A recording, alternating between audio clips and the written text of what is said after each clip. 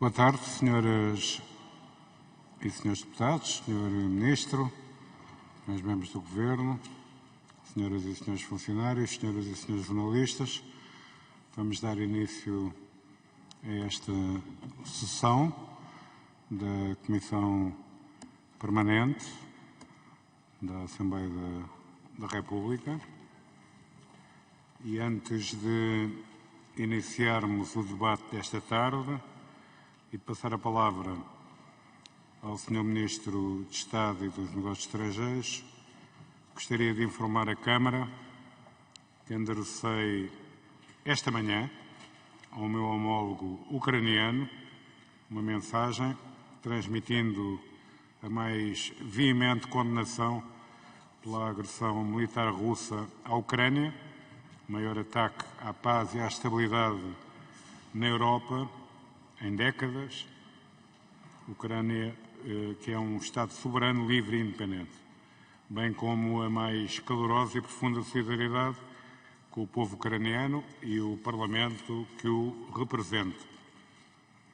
Recordo que este debate foi agendado ontem pela Conferência de Líderes, em face da tensão que se vivia na fronteira entre a Rússia e a Ucrânia e das preocupações que a situação a todos suscitava.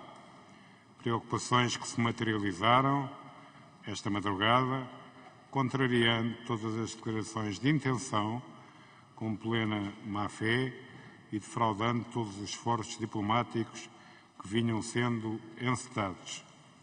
Muito obrigado. Antes de passar a palavra ao Sr. Ministro dos Estrangeiros, o Sr. Secretário da Mesa tem vários anúncios para vos fazer. Faz favor. Muito obrigado, Sr. Presidente. Sr. Presidente, senhoras e senhores deputados, a Casa Civil do Sr. Presidente da República informa que a deslocação de Sua Excelência, o Presidente da República, ao Dubai, inicialmente prevista para os dias 12 a 15 de janeiro de 2022, foi adiada para 4 a 7 de março e a deslocação a Moçambique, inicialmente prevista para os dias 20 a 23 de janeiro de 2022, foi adiada para 16 a 23 de março. Assim como que a deslocação de Sua Excelência, o Presidente da República, Reykjavik, foi adiada sine die e que a deslocação de Sua Excelência, o Presidente da República, à Haia, foi alterada para 21 a 22 de fevereiro. Muito obrigado, Sr. Secretário. Podemos então começar pelo nosso primeiro ponto da ordem do dia, debate com a participação do Ministro de Estado e dos Negócios Estrangeiros, Sr. Augusto Santos Silva, que eu agradeço muito a presença, sobre o conflito na fronteira entre a Rússia e a Ucrânia, que neste momento já é um conflito dentro da Ucrânia. Faz favor, Sr. Ministro, e muito obrigado mais uma vez.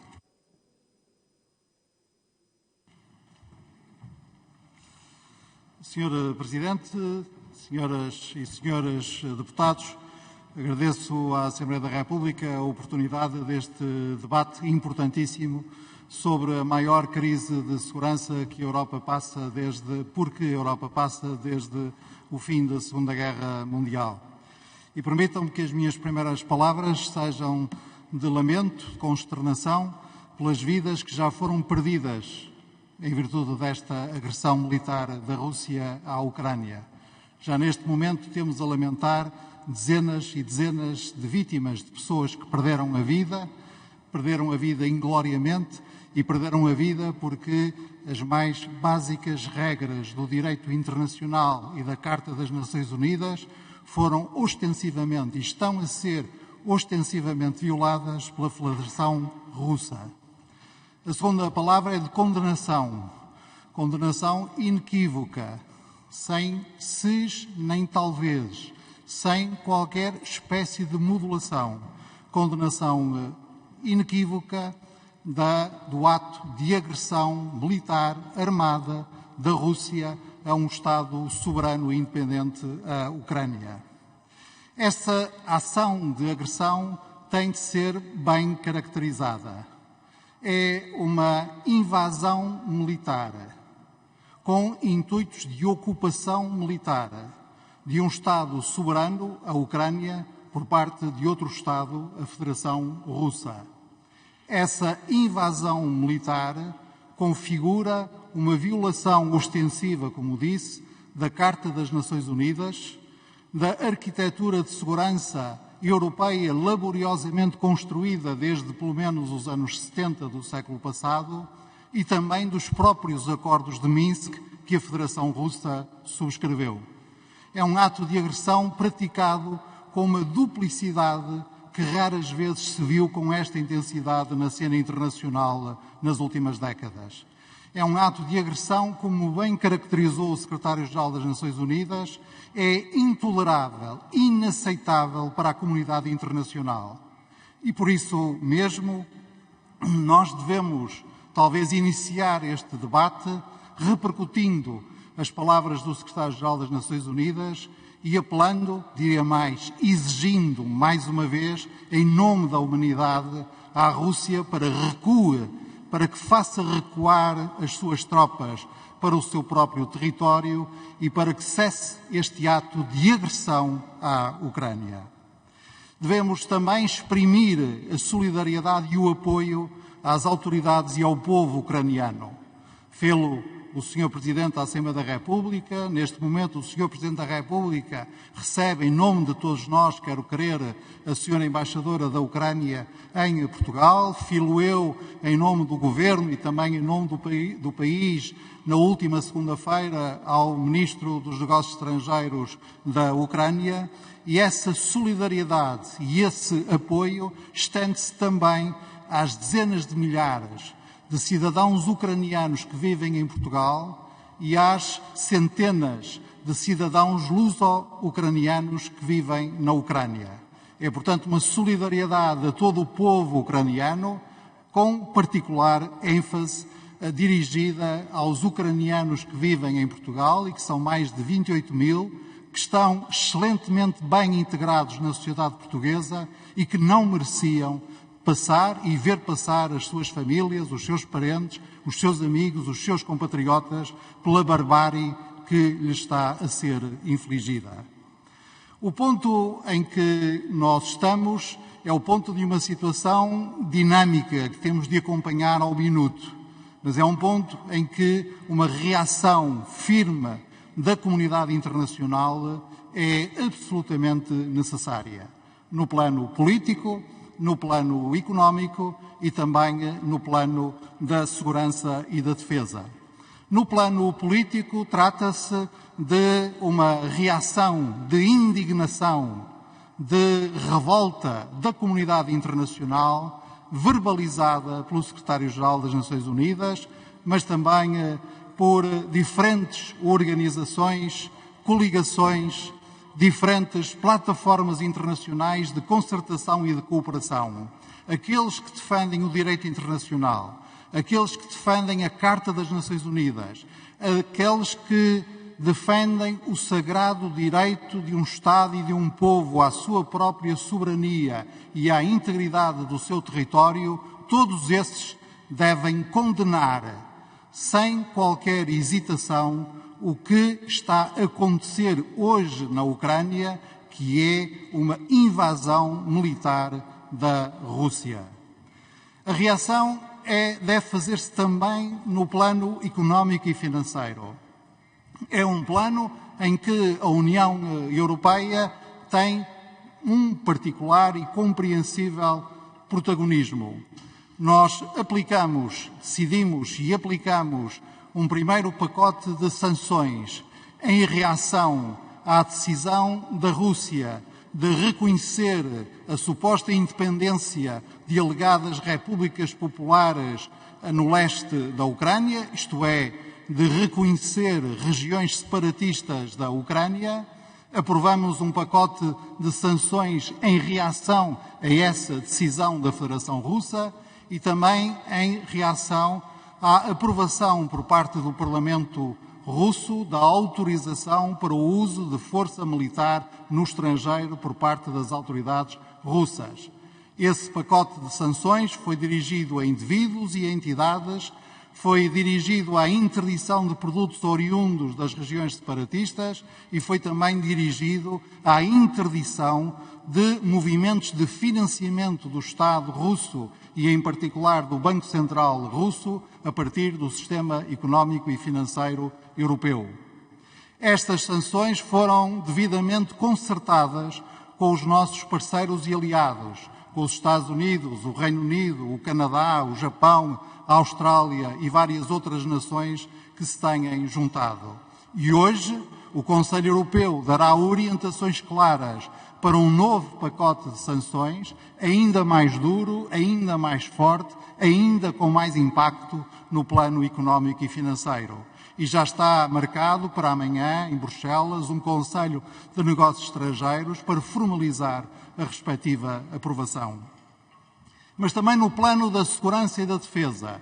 A nossa estrutura de defesa é a NATO. É uma aliança defensiva, puramente defensiva, mas que tem capacidades de dissuasão que são fortes e que são necessárias, porque são a primeira barreira para impedir agressões ao nosso território. E por isso, ao longo da manhã de hoje, o Conselho do Atlântico Norte deu a autorização ao comando da NATO para reforçar as nossas capacidades de dissuasão, em particular no flanco leste da Aliança. E, portanto, estas reações da Europa, do Atlântico Norte, da comunidade internacional, no plano político, no plano económico e no plano da segurança e da defesa, são uma resposta clara a esta agressão da Rússia e, evidentemente, evoluirão à medida que a situação no terreno evoluir. Finalmente, uma nota de natureza consular. Nós tínhamos, à data de ontem, 202 cidadãos portugueses residindo ou vivendo ou estando temporariamente ainda na Ucrânia. 160 deles luso-ucranianos, tão portugueses como os demais, mas evidentemente sendo luso-ucranianos, estando na sua pátria e não no estrangeiro quando estão na Ucrânia. Mobilizamos hoje os nossos meios, que havíamos reforçado nas semanas anteriores, para apoiar os portugueses e luso-ucranianos que desejem ou tenham de sair da Ucrânia por via terrestre, visto que o espaço aéreo está fechado. Essa operação encontra-se em curso.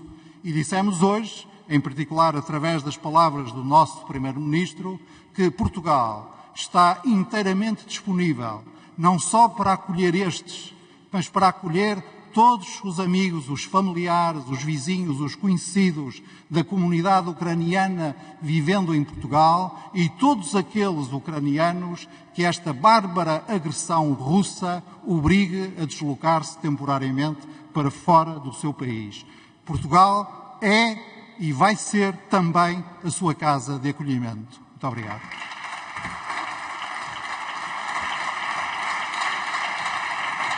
Muito obrigado.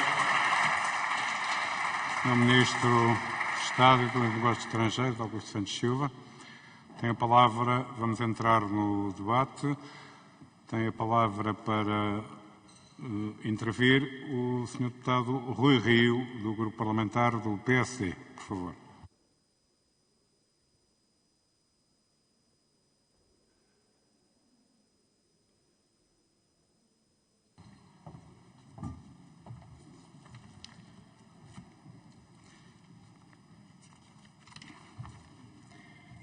Sr. Presidente, Sr. Ministro de Estado e dos Negócios Estrangeiros, Senhoras e Senhores Deputados, hoje é um dos dias mais negros da história recente da Europa. Entre a paz e a guerra, a Rússia escolheu a guerra. Esta madrugada, as forças russas invadiram a Ucrânia, um país livre e soberano.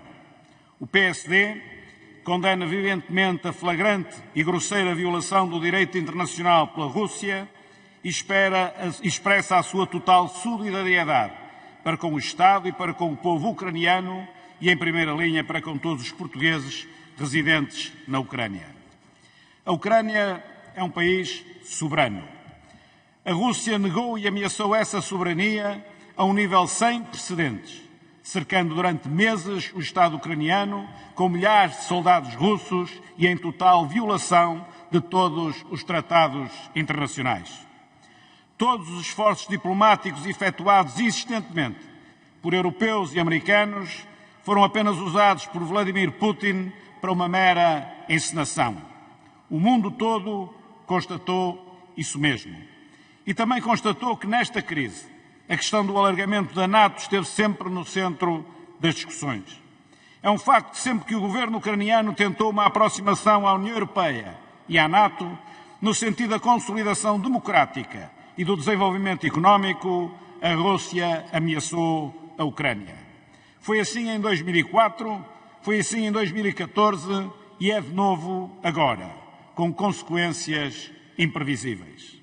A Rússia de Putin incomoda a democracia, a autonomia, o Estado de Direito, os direitos humanos, os direitos das minorias, a economia de mercado, a globalização, imbuída de valores ocidentais. Incomoda a linguagem ocidental dos valores e princípios humanistas que são totalmente incompatíveis com toda e qualquer visão imperialista. O PSD condenou desde logo a decisão da Rússia de reconhecer a independência das autoproclamadas Repúblicas Populares de Donetsk e Lugansk, porque se trata de uma violação do direito internacional, dos acordos de Minsk e do princípio do respeito pela integridade territorial dos Estados. Nenhuma ordem internacional pode subsistir quando os Estados se sentem livres para colocar em causa a soberania de outros Estados e para alterar as suas fronteiras pela força. Nós sempre defendemos a diplomacia e a solução pacífica dos conflitos. A Rússia é o contrário. Preteriu a solução diplomática. E o presidente Putin é o responsável por trazer a guerra de volta ao continente europeu.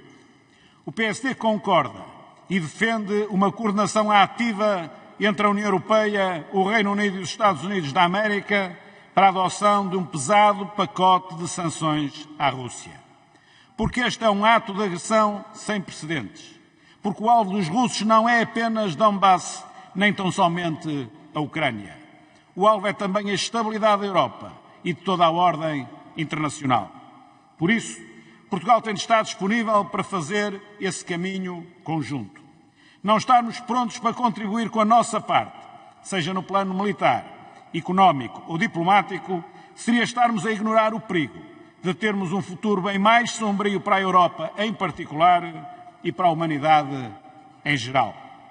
É, pois, nosso entendimento que, sem tibiezas, a União Europeia deve estar pronta a enviar à Rússia um sinal muito forte de que este ataque é inaceitável e, por conseguinte, terá de ter um preço económico e político exemplar e dissuasor de novas aventuras imperialistas e antidemocráticas. Esta é uma situação gravíssima relativamente à segurança na Europa, a mais grave dos últimos tempos. E por isso, Portugal deve assumir integralmente os seus compromissos e a sua responsabilidade como membro fundador da NATO e defensor da paz e dos valores democráticos. A ameaça à soberania ucraniana e à sua integridade territorial deve ser condenada por todos os países que partilham os valores da paz e da democracia. Neste sentido, a afirmação destes valores deve ser inequívoca, bem como a total disponibilidade de Portugal para colaborar com os seus aliados no seio da União Europeia e da Aliança Atlântica, demonstrando o seu apoio e solidariedade para com o povo ucraniano. Senhor Presidente, Senhor Ministro de Estado e dos Negócios Estrangeiros, Senhoras e Senhores Deputados, mais uma vez, no centro da Europa, mulheres, homens e crianças inocentes temem pelas suas vidas. A razão de tal barbaridade é o imperialismo russo e o seu total divórcio dos valores e princípios que a todos nos deve unir. Valores e princípios essenciais para a construção de um mundo mais livre, mais justo, mais desenvolvido e mais respeitador dos direitos humanos. A Rússia de Putin é o contrário disso tudo. Nós, portugueses, europeus, cidadãos do mundo, temos de ser soldados no combate por tudo aquilo em que acreditamos e que tanto nos custou a alcançar. Nestas horas sombrias, temos de estar ativos e solidários com o povo ucraniano e com todos aqueles que, no quadro de toda a comunidade internacional, condenam a guerra e defendem a paz, a concórdia, o desenvolvimento e a solidariedade internacional. É este o lado em que o PSD está. O lado em que o PSD sempre esteve. Muito obrigado.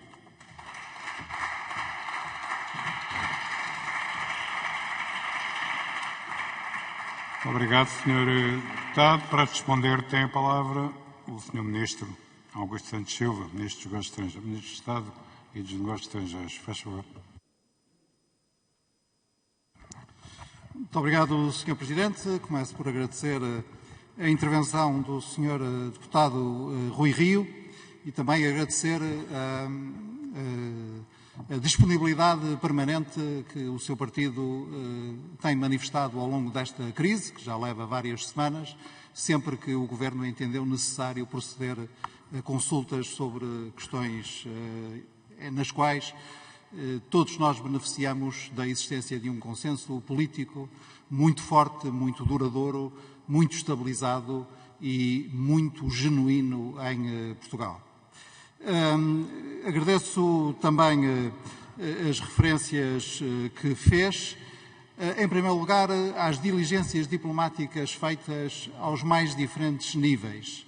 E permita-me um comentário sobre isto.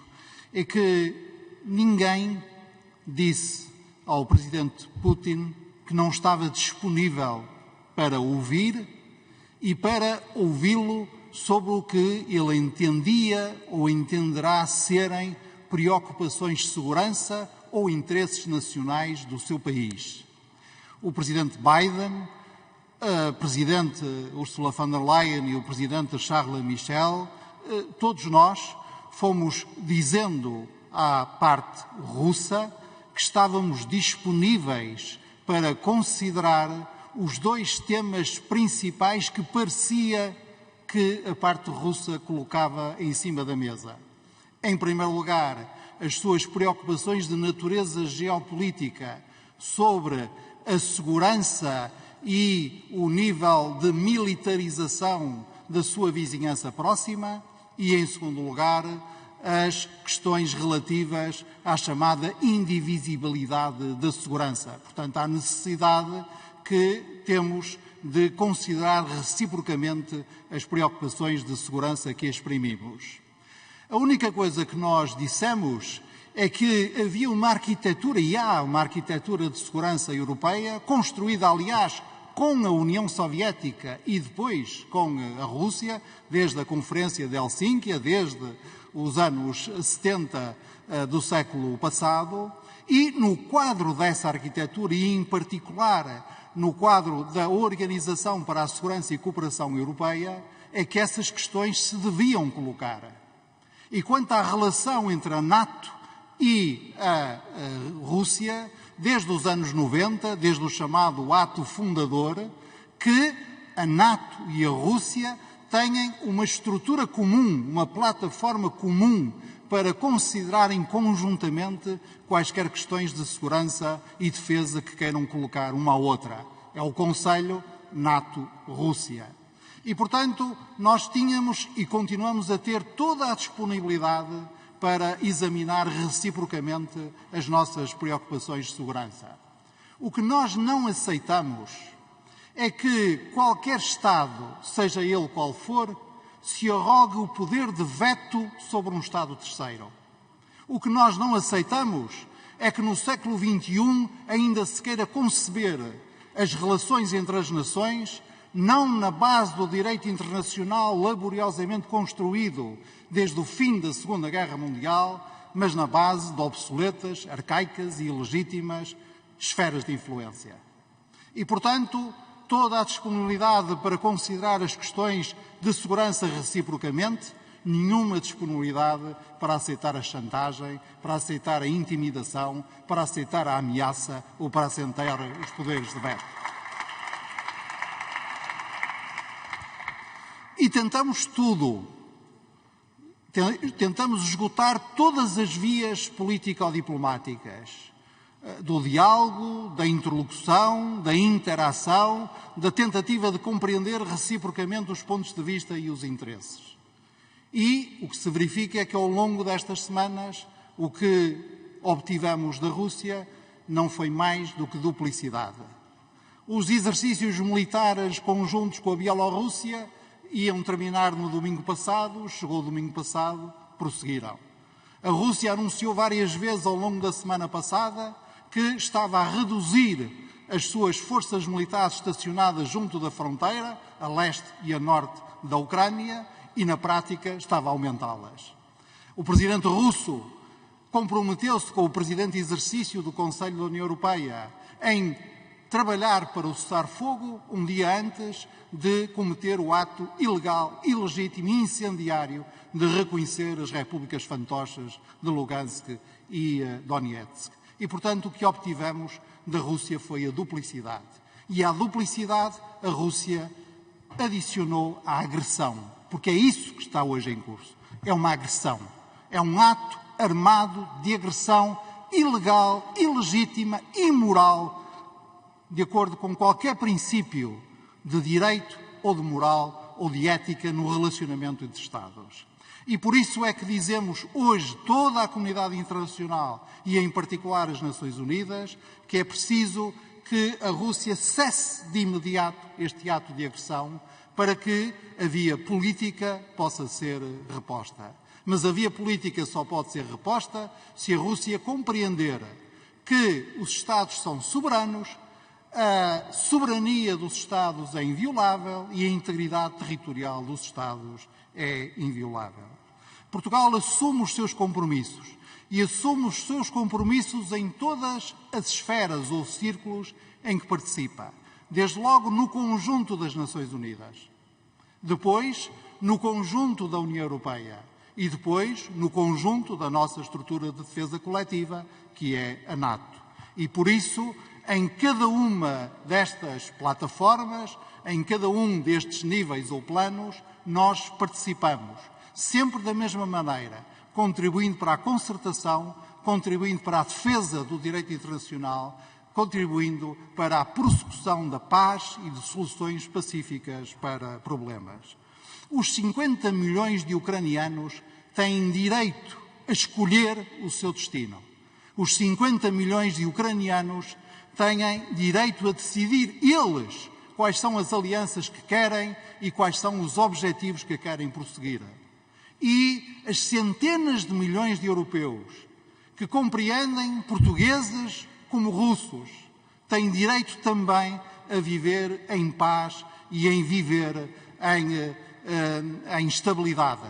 E é isso que se trata, como o ministro e o presidente ucraniano não têm cessado de recordar nestes dias e nestas horas, nós não estamos perante apenas ou sobretudo uma crise de relacionamento entre a Rússia e a Ucrânia ou entre a Ucrânia e a Rússia.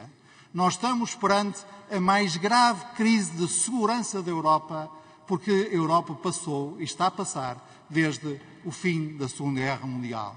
E por isso nós todos, europeus, nós todos, democratas, nós todos, amantes da paz, nós todos aqueles que queremos que as Nações Unidas nos representem a todos e que os conflitos se resolvam de forma pacífica e que a proibição da agressão armada, que é fundadora da ordem internacional e da Carta das Nações Unidas, seja respeitada, nós todos temos que dizer hoje presentes, sim, hoje somos todos ucranianos. Muito obrigado. Obrigado, Sr. Ministro. Tem agora a palavra para um pedido de esclarecimento, para uma intervenção, o Sr. Deputado Pedro Filipe Soares, do Grupo Parlamentar do Bloco de Esquerda. Por favor. Sr. Presidente, Sr. Ministro, Sr. Secretário de Estado, Senhoras e Senhores Deputados, a invasão da Ucrânia pela Rússia é inaceitável e o Bloco de Esquerda condena sem reserva o ataque que está em curso e a ocupação de território de um país soberano. Não há imperialismos bons e imperialismos maus. São todos perigosos para os povos e é por isso que nós rejeitamos a ação militar russa. Lamentamos todas as vidas perdidas e estamos solidários com todas as pessoas que deixam as suas casas para trás e que fogem da guerra. Assim, em primeiro lugar, deve existir um cessar-fogo imediato e a retirada das forças russas de território ucraniano. A existência da Rússia numa via militar tem de ser punida com sanções fortes, que afetem diretamente a oligarquia russa e a elite do país. E essa é a primeira pergunta que lhe faço. Se o governo português acompanha esta intenção e de que forma fará, e quais os reforços de sanções que estarão em cima da mesa para decisão nas próximas horas. A segunda pergunta é especificamente sobre a ação do governo português e as suas próprias decisões soberanas. Sabendo que os vistos gold foram e são uma das formas dos oligarcas russos fugirem às suas obrigações e poderem também fugir às sanções, não considera necessário o governo português suspender de imediato a atribuição de mais vistos e retirar aqueles que já foram atribuídos? Por outro lado, que fará o governo português para garantir que a elite russa é penalizada também nos seus interesses económicos em Portugal e que não fica sem ter também responsabilidades por tudo aquilo que está a fazer? Disse. Muito obrigado. Tem a palavra para responder o Sr. Ministro de Estado e dos Negócios Estrangeiros, por favor. Muito obrigado, Sr. Presidente. Agradeço as questões colocadas pelo Sr. Deputado Pedro Filipe Soares e registro a condenação sem reservas que faz do ato de agressão da Rússia. É muito importante que essa condenação se faça e que essa condenação seja o mais generalizada possível neste Parlamento que representa o país na sua diversidade. Também acompanho a exigência de um cessar-fogo imediato, que neste caso específico significa um cessar-fogo por parte dos russos, porque os russos são os atacantes. E o fogo disparado pelos ucranianos hoje é um fogo em legítima defesa, em defesa do seu país e do seu território. Em relação às sanções, nós hoje teremos certamente orientações claras do Conselho Europeu, que reúne hoje à noite em Bruxelas presencialmente. O Primeiro-Ministro está neste momento a deslocar-se para esse Conselho e essas orientações serão depois vertidas e aprovadas na reunião dos Ministros dos Estrangeiros, que também já está marcada para amanhã às 15 horas também em Bruxelas. E vão no sentido que o Sr. Deputado indicou. Isto é, trata-se de continuar a sancionar as pessoas singulares ou coletivas russas diretamente associadas a estas decisões, portanto, às decisões de reconhecimento, à decisão de agressão e às decisões conexas. Essas personalidades, essas pessoas individuais ou coletivas são sancionadas na lógica das sanções europeias, isto é, os seus ativos financeiros na Europa são congelados e a sua liberdade de movimentos na Europa é coartada. Acrescenta-se a isso sanções económicas sobre a economia russa, num primeiro pacote dirigidas especificamente a produtos oriundos, portanto, através da interdição de importação de produtos oriundos das duas regiões separatistas. Muito provavelmente hoje o seu âmbito será alargado e, finalmente, as sanções mais poderosas, aquelas que dizem respeito, que vão diretamente ao coração do poder russo, interditando o financiamento a partir da União Europeia do Estado russo, designadamente através da compra de obrigações e, portanto, impedindo o acesso da Rússia aos mercados de capitais e de dívida da Europa e também interditando movimentos com o Banco Central Russo, para além de movimentos de bancos russos. Por isso mesmo, não tendo Portugal, e bem, do meu ponto de vista, um regime nacional de sanções, mas executando, aplicando o regime internacional e europeu de sanções, qualquer cidadão russo residindo em Portugal a qualquer título, com qualquer tipo de autorização, sendo também ou não sendo cidadão português, que faça parte da lista dos sancionados, está sujeito à limitação de movimentos em Portugal e ao congelamento dos seus ativos financeiros. E, portanto, no caso específico das pessoas, qualquer que seja o tipo de autorização de que sejam titulares, se estão na lista dos sancionados, são sancionados em Portugal como em qualquer outro Estado da União Europeia. Muito obrigado.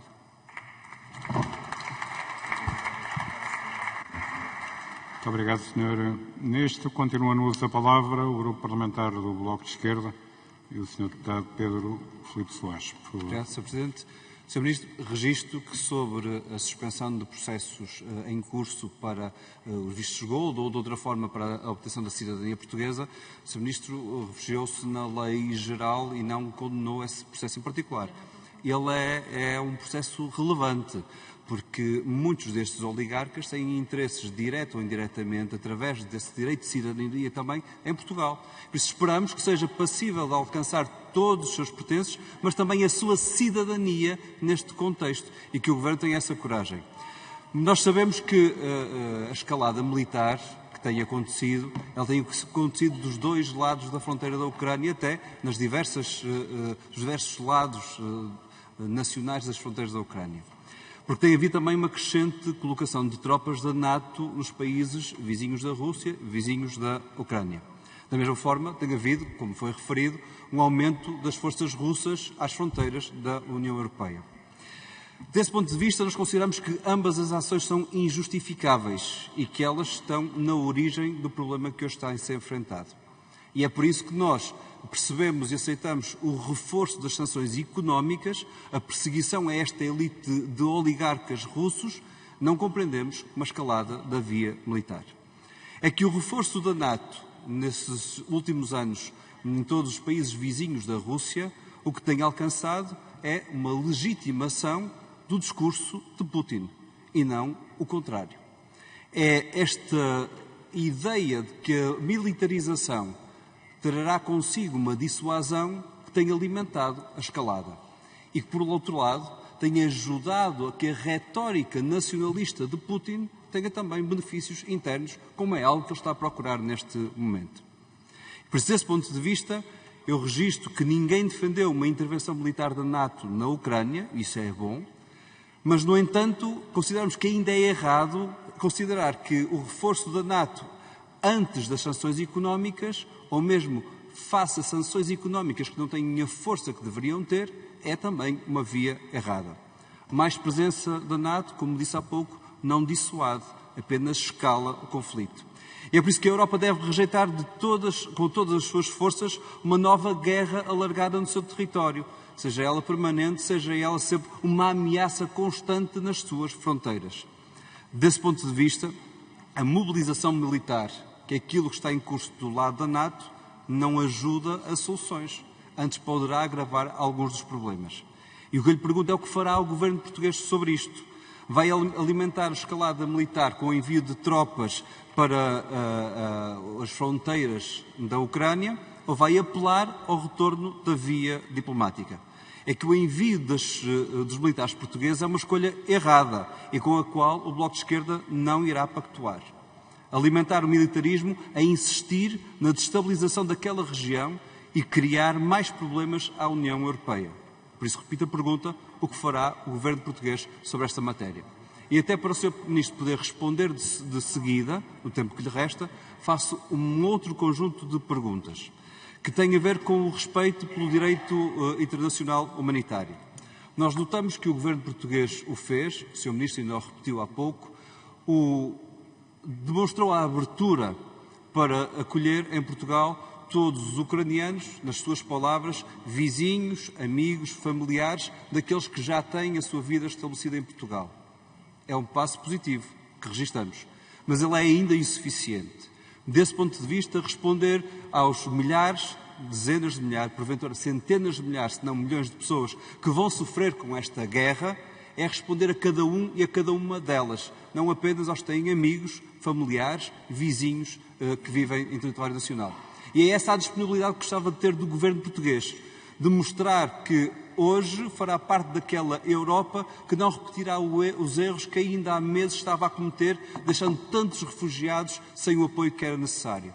E se Portugal também tomará, nesta matéria, a liderança, garantindo a todos e a todas, ucranianas e ucranianos, que precisem do nosso país para viver, para fugir à guerra, uma saída que nós lhes possamos dar.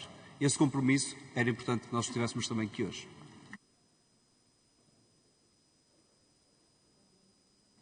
Muito obrigado, Sr. Deputado. Para responder, tem a palavra o Sr. Ministro de Estado e dos Negócios Estrangeiros, por favor. Muito obrigado, Sr. Presidente, e muito obrigado, Sr. Deputado Pedro Filipe Soares, pelas suas questões. E, se me permite, começo pela última, para começar pela nossa convergência, antes de irmos às nossas divergências. Quando eu me referi à nossa disponibilidade para acolher os amigos, os familiares, os vizinhos da grande e respeitada e bem integrada comunidade ucraniana residente em Portugal, não estava a definir um limite, estava a dar um exemplo, porque todos nós sabemos que quanto melhores e mais intensas são as ligações com a comunidade já existente, melhor e mais fácil é a integração. Portugal cumprirá, como sempre tem cumprido, as obrigações da lei humanitária internacional e a nossa prática fala por nós. Ainda estamos agora a chegar aos 800 refugiados afegãos acolhidos em Portugal e continuamos disponíveis e a fazer parte do grupo de Estados-membros da União Europeia que diz sempre presente quando se trata de proceder ao acolhimento e à recolocação de refugiados. Agora, há 3 divergências entre nós que não vale a pena esconder. Uma diz respeito a isto. O Sr. Deputado pareceu-me que quer estabelecer sempre uma relação simétrica. Há um imperialismo, mas há também outro imperialismo. Se quero criticar o imperialismo russo, são os seus termos, tenho que, ao mesmo tempo, criticar o imperialismo do outro lado. E eu não acho que haja esta simetria. Acho que há mesmo uma potência agressora que viola flagrantemente os seus próprios acordos, os acordos que ela própria subscreveu, e a lei internacional, e há uma aliança defensiva que, sim, está também a fortalecer a sua capacidade de defesa e dissuasão. E, portanto, não há simetria. A culpa não é de todos. A culpa, a responsabilidade, a violação tem um nome e tem um rosto. Esse nome é Vladimir Putin e o rosto é o dele. Depois, há também uma divergência que é o Sr. Deputado entende que a via diplomática só pode ser seguida se nós renunciarmos à nossa própria capacidade e ao nosso próprio direito de nos defendermos, dissuadindo os outros de nos atacar. E eu creio que as duas coisas são igualmente necessárias. E por isso mesmo é que, sim, nós estamos a reforçar a nossa capacidade de dissuasão, porque a nossa capacidade de dissuasão é aquela que permite a Putin pensar 1000 vezes antes de se atrever a fazer um gesto e a tomar uma ação que, se não fosse essa capacidade de dissuasão, nós não teríamos a certeza que ele não tomasse. E, finalmente, a questão das capacidades de defesa. Nós defender-nos, nós termos capacidade de defesa, nós termos capacidade de dissuasão, é muito diferente de nós sermos militaristas. É apenas nós assumirmos a nossa responsabilidade de proteger o nosso próprio povo. Muito obrigado. Obrigado, Sr. Ministro. Passamos ao Grupo Parlamentar do PCP. Tem a palavra o Sr. Deputado João Oliveira. Por favor. Muito obrigado, Sr. Presidente, Sras. e Srs. Deputados, Sr. Ministro. As nossas primeiras palavras são para expressar a profunda preocupação com os desenvolvimentos da escalada de confrontação política, económica e militar e com os sérios riscos que essa confrontação comporta. A guerra é o maior perigo que a humanidade enfrenta e a Europa tem uma das mais dolorosas experiências do que a guerra pode significar. A guerra não é solução, seja para que problema for, e é preciso fazer todos os esforços para a evitar. Por isso, consideramos que a situação que se vive no leste europeu exige de Portugal e do governo português uma intervenção que contrarie essa escalada de confrontação política, económica e militar, que contribua para o desanuviamento da situação e para uma solução negociada que garanta a paz, desde logo recusando envolver militares portugueses em operações que contrariam esses objetivos. É hoje evidente que a situação que se vive na Ucrânia não é um problema entre russos e ucranianos, nem apenas uma disputa de território ou de fronteiras políticas, ou de marcação de fronteiras. O problema é mais profundo, mais amplo e ultrapassa em muito o leste europeu. O problema de fundo que enquadra a situação que se vive na Ucrânia é o mesmo problema que já vimos acontecer na Jugoslávia, no Iraque, no Afeganistão, na Líbia ou na Síria. É o problema da utilização do cerco, da confrontação e da guerra para impor pela força relações políticas e económicas geradoras de maiores injustiças e desigualdades ou a apropriação de recursos naturais e energéticos. É o problema de se invocar ou se esquecer o direito internacional em função da conveniência de circunstância. É o problema da utilização da NATO como instrumento desses objetivos e o problema da subordinação da União Europeia à política belicista dos Estados Unidos e da NATO. Vale a pena perguntar a quem serve, afinal, uma guerra na Europa. Não serve aos ucranianos, nem aos russos, e tampouco serve aos restantes povos europeus, mas serve ao governo dos Estados Unidos e ao seu complexo industrial militar. Quer para desviar atenções de problemas internos, quer para assegurar a venda de armamento em larga escala, quer ainda pelo aproveitamento económico de uma guerra a milhares de quilómetros das suas próprias fronteiras, o governo dos Estados Unidos e o complexo industrial militar norte-americano são os verdadeiros interessados numa nova guerra na Europa e estarão certamente dispostos a sacrificar até ao último ucraniano ou europeu para a promover. Por outro lado, registamos o recente discurso de Putin com afirmações que incorporam concepções próprias da Rússia czarista e que criticam decisões que, no quadro da União Soviética, resolveram a questão das nacionalidades, reconhecendo os direitos dos povos e garantindo a paz por mais de 70 anos. Sendo hoje a Rússia um país capitalista, o seu posicionamento é determinado, no essencial, pelos interesses das suas elites e dos detentores dos grupos económicos, e apesar de os orçamentos militares dos países da NATO superarem em 10 vezes o orçamento militar da Rússia, não é expectável que a Rússia, cujo povo conheceu na história colossais agressões, venha a considerar aceitável que o inimigo esteja acampado nas suas fronteiras ou lhe faça um cerco militar por via de um ainda maior alargamento da NATO. Tal como não é expectável que a Rússia aceite que o mesmo resultado seja alcançado por via da ação do regime xenófobo e belicista instaurado na Ucrânia na sequência do golpe de Estado de 2014 e que envolveu inclusivamente o recurso a forças nazifascistas e que nunca, até hoje, cumpriu os acordos de Minsk.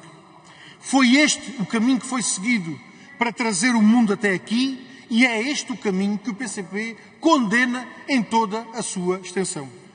O PCP considera que os esforços devem ser feitos no sentido de assegurar a paz. No quadro em que o conflito da Ucrânia está hoje colocado, a solução da paz só pode ser alcançada travando a escalada da confrontação política, económica e militar da NATO, dos Estados Unidos e da União Europeia com a Rússia e contando com o contributo da Rússia para uma solução política e pacífica negociada. O PCP defende esta posição com a coerência de quem sempre recusou a guerra e defendeu a paz como solução para os conflitos internacionais. Defendemos esses princípios quando estavam em causa as guerras da Jugoslávia, do Iraque, do Afeganistão, da Líbia ou da Síria. Voltamos a defendê-los hoje exatamente com a mesma convicção. Obrigado, Sr. Deputado. Para responder, tem a palavra o Sr. Ministro de Estado e dos Negócios Estrangeiros, por favor.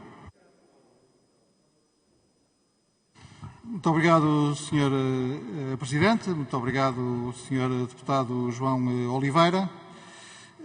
Eu devo dizer que estou de acordo com os princípios com que organizou a primeira parte da sua intervenção, designadamente, julgo ter tomado boa nota, com a sua denúncia daqueles que violam o direito internacional e aqueles que usam o cerco, a confrontação e a guerra para imporem relações políticas e económicas entre Estados ou povos.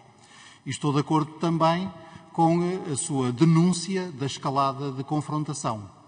E por isso não consigo perceber como é que o Sr. Deputado não aplica esses princípios à situação presente. Porque a escalada de confrontação existe desde há vários meses, porque há um país que se chama Federação Russa, que tem acumulado militares, equipamento militar e equipamento de combate, armas e unidades de combate, na vizinhança imediata de outro país chamado Ucrânia. É isso que a Rússia tem feito, até chegar a mais de 200 mil militares estacionados do lado russo da fronteira com a Ucrânia. E é essa escalada que a Rússia prosseguiu quando, em conúbio com o regime de Lukashenko, inventou uns exercícios militares conjuntos, mobilizando mais de 30 mil militares russos para a Bielorrússia, a poucos quilómetros da fronteira norte da Ucrânia. Foi essa escalada que prosseguiu também no plano político e no plano do discurso político e que culminou na alegação delirante de que a Ucrânia não era uma coisa realmente diferente da Rússia ou que a Ucrânia não tinha direito à sua própria identidade e à sua própria soberania. E, portanto, sim, Sr. Deputado, nós devemos ser contra a escalada militar. Nós devemos ser contra aqueles que usam o cerco, a concentração e a guerra, palavras suas, para impor relações políticas e económicas. Porque é isso que o presidente Putin diz que quer fazer. Impor relações políticas e económicas, porque ele acha que a Ucrânia não sobrevive historicamente sem a Rússia, mas em vez de tentar convencer disso os ucranianos e esperar porque os ucranianos fiquem convencidos ou digam o que pensam acerca dessa concepção extraordinária do presidente Putin, em vez disso, em vez de usar a persuasão, em vez de usar o convencimento, em vez de usar a influência, o que é que ele usa? Sim, Sr. Deputado, usa o cerco, usa a confrontação e desde ontem à noite usa a guerra. E, portanto, Sr. Deputado, é extraordinário para mim que o Sr. Deputado consiga até agora ter gasto, julgo que mais de 5 minutos, sem dizer aquilo que resultaria como consequência límpida, cristalina, óbvia dos princípios que diz defender, sem denunciar aqui, publicamente, hoje aqui, o ato de agressão praticado pela Rússia contra a Ucrânia. Ainda tem 13 segundos para o fazer, se o quiser.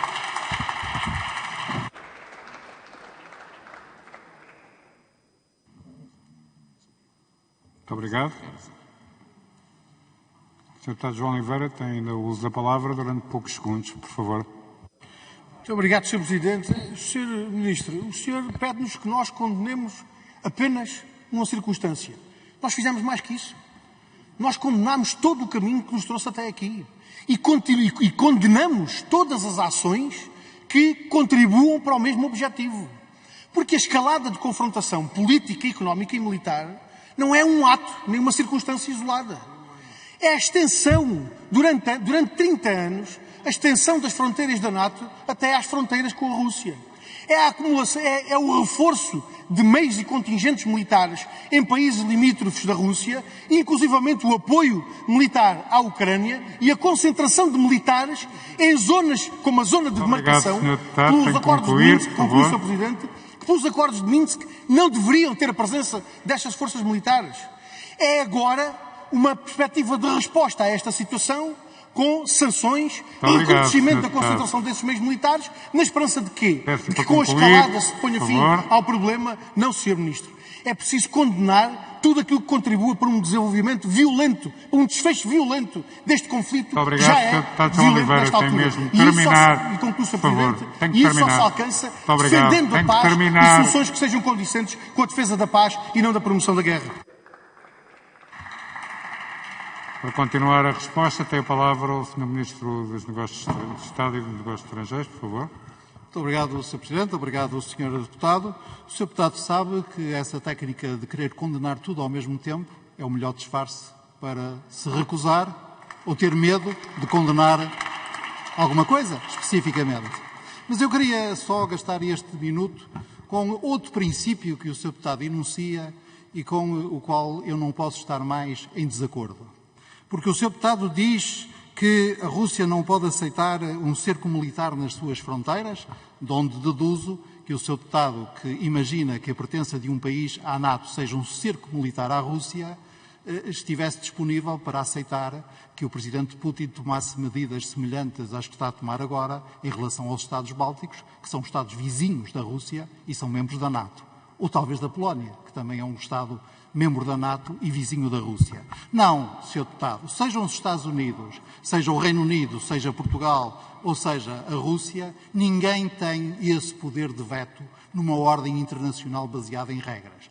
Tinha no século XIX, na teoria do concerto europeu, tinha em parte do século XX, na teoria das esferas de influência, tinha durante a Guerra Fria, em que o mundo parecia dividido entre duas superpotências que ao mesmo tempo se amparavam e se digladiavam, mas não tem lugar no mundo que nós queremos e que o Sr. Deputado diz querer, que é um mundo baseado no direito internacional, em regras que valem para todos.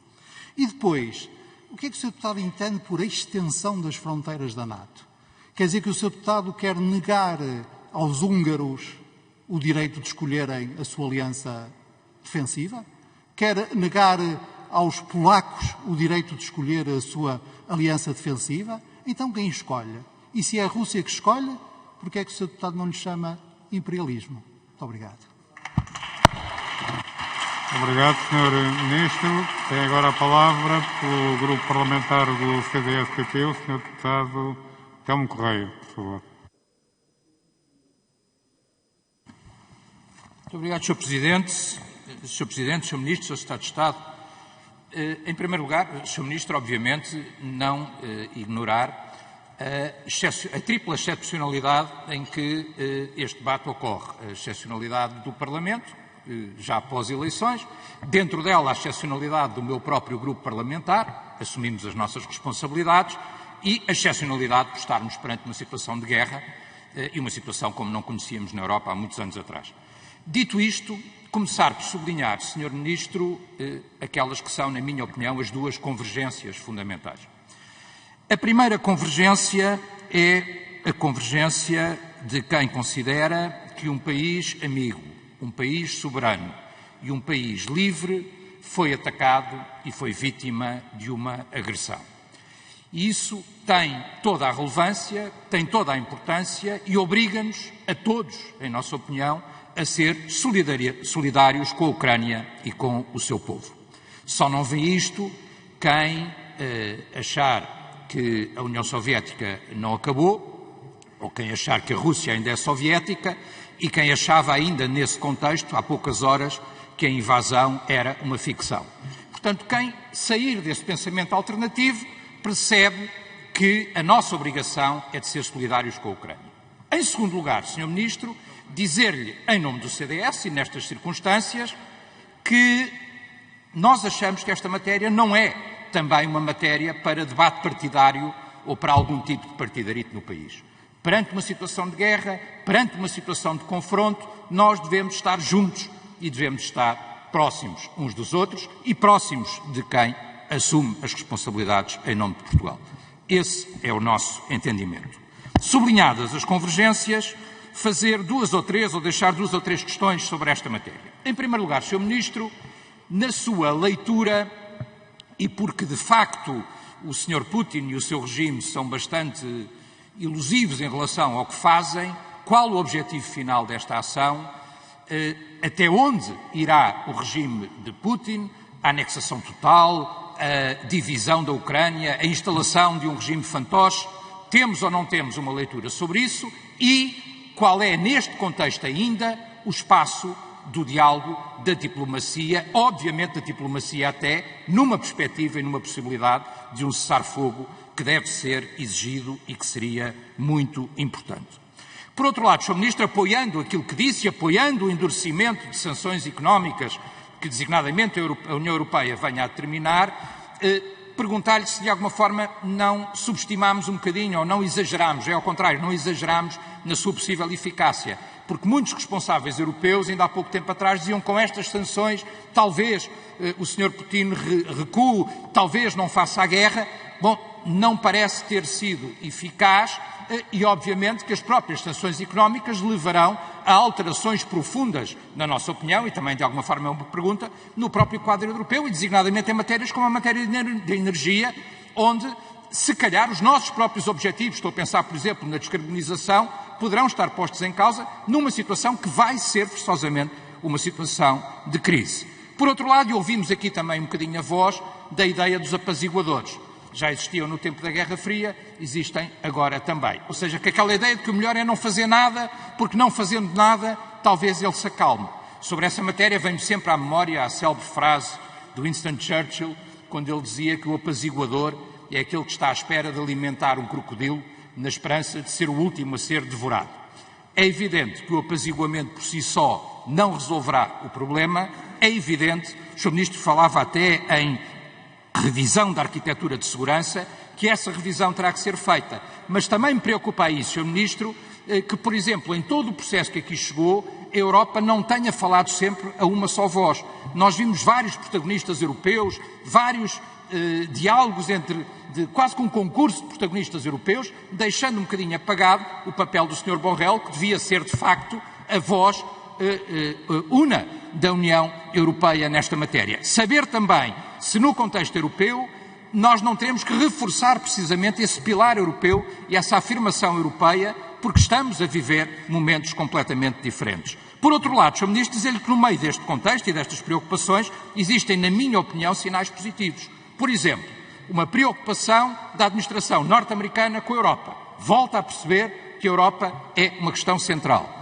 O Reino Unido mais próximo da União Europeia do que víamos seguramente desde o Brexit. Peço-lhe para concluir, e estou mesmo a terminar, Sr. Presidente, e a centralidade da NATO. Ou a posição da Turquia, por exemplo. Existem sinais positivos. Termino mesmo, Sr. Presidente, com uma última palavra para dizer, Sr. Ministro, que acho da maior importância aquilo que disse em relação aos refugiados. Somos, de facto, nesse sentido, todos ucranianos neste momento e acho que Portugal deve dar, mais uma vez, um extraordinário exemplo de humanismo na recepção e na integração, naquilo que será uma das maiores crises de refugiados na Europa e no mundo em muitos anos. Muito obrigado, Sr. Presidente. Muito obrigado, Sr. Tem a palavra o Sr. Ministro de Estado e de Negócios Estrangeiros, por favor. Muito obrigado, Sr. Presidente. Agradeço também as questões colocadas pelo Sr. Deputado Telmo Correia. Primeiro, qual é, nessa leitura, do que pareça ser o objetivo final das ações empreendidas pelo Presidente Putin e pelo regime russo? É muito difícil responder a essa pergunta, dada a duplicidade de que esse regime tem dado provas. Porque poderia parecer que o objetivo final da Rússia seria impedir uma integração agora, ou a curto prazo, ou a médio prazo, da Ucrânia na NATO. Se esse era o objetivo, não valia a pena formulá-lo, porque a integração da Ucrânia na NATO não é uma questão da nossa agenda de hoje. Como o Sr. Deputado sabe, melhor que ninguém, o processo de integração na NATO é um processo muito moroso em várias etapas e que exige reformas profundas, não apenas no sistema de segurança, mas no sistema institucional, porque a NATO é uma aliança de democracias dos países candidatos. Poder-se-ia pensar que o objetivo do regime russo seria, digamos assim, aplicar à região de Donetsk e Lugansk a mesma receita, vamos dizer assim, usada na Abcásia ou na Ossétia do Sul, e, portanto, criar ali um enclave que fornecesse de suposta proteção geopolítica e geoestratégia para a Rússia.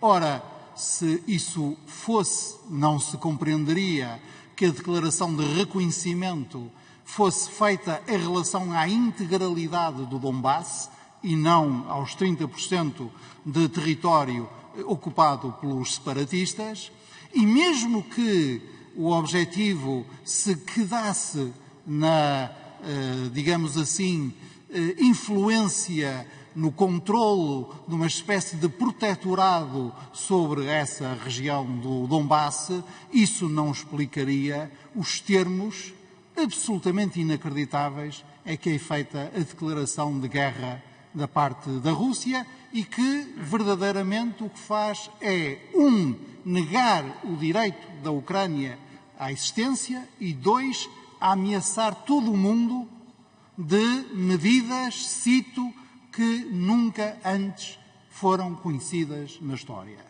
E, portanto, o que nós podemos dizer são duas coisas muito importantes.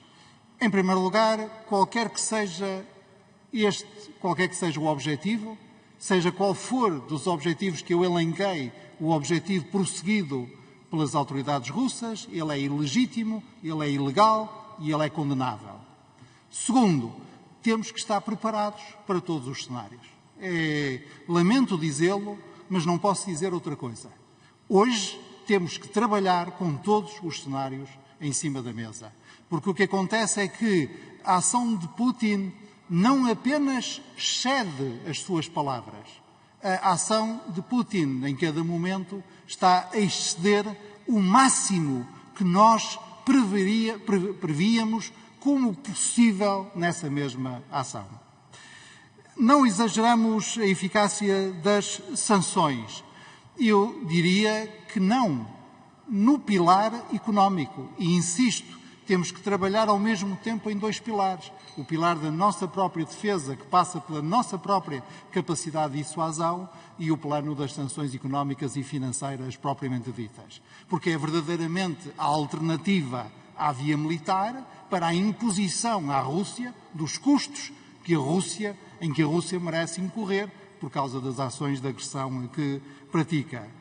E, portanto, se o Sr. Deputado Rui Rio me permite, citá-lo-ia nesta ocasião, porque ouviu aqui dizer, e bem, que as sanções podem produzir a nós próprios dificuldades adicionais, mas vale a pena passar circunstancialmente por essas dificuldades para nós garantirmos o nosso objetivo essencial, que é a nossa própria paz e a nossa própria segurança. Obrigado. Obrigado, Sr. Ministro. Daqui a pouco vamos ter poucas, mas algumas votações eletrónicas e, portanto, só para informar que temos quórum 33 deputados presentes. Passo a palavra à Sra. Deputada Inês Sousa Real, do PAN, por favor.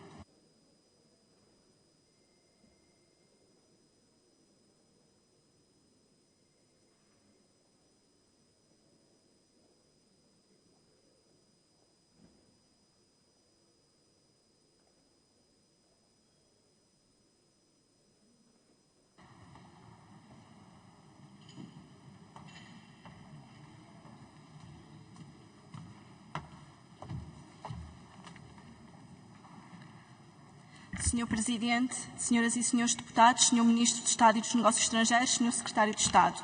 Em pleno século XXI não deveria de ser necessário relembrarmos as palavras de Martin Luther King, que nos disse um dia que a injustiça em qualquer lugar é uma ameaça à justiça em todo o lugar.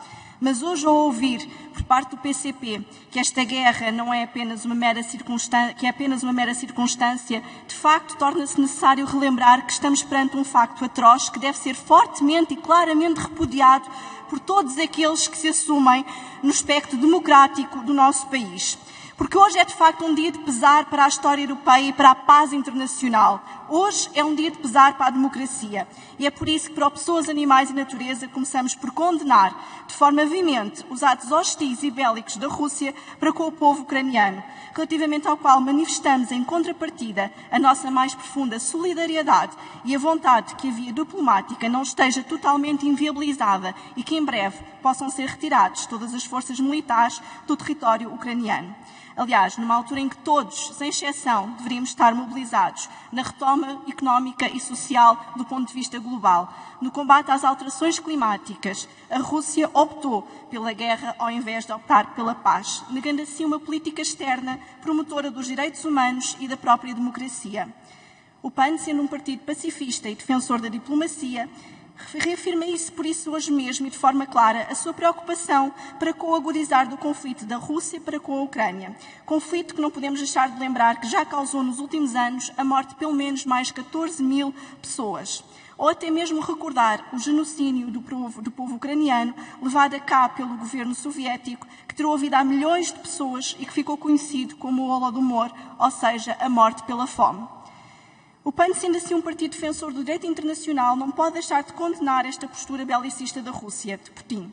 Uma postura que representa um ataque à integridade territorial da Ucrânia, uma flagrante violação dos acordos de Minsk e que está a trazer uma guerra e destabilização para o seio do continente europeu, com consequências económicas imprevisíveis, mas também uma clara violação dos direitos humanos. E, nesse sentido, não podemos deixar de saudar o Governo por ter aqui assumido que estará de braços abertos o nosso país para acolher todos os cidadãos ucranianos e não apenas os familiares e amigos, como já aqui foi esclarecido, que no nosso país precisem de refúgio, porque hoje somos todos ucranianos. Aliás, a guerra que a Rússia abriu não foi apenas à Ucrânia, é a todo e qualquer povo que se encontra no espectro democrático e que possa ousar fazer-lhe frente. A gravidade desta postura exige, por isso, a ação imediata, mas também união da comunidade internacional.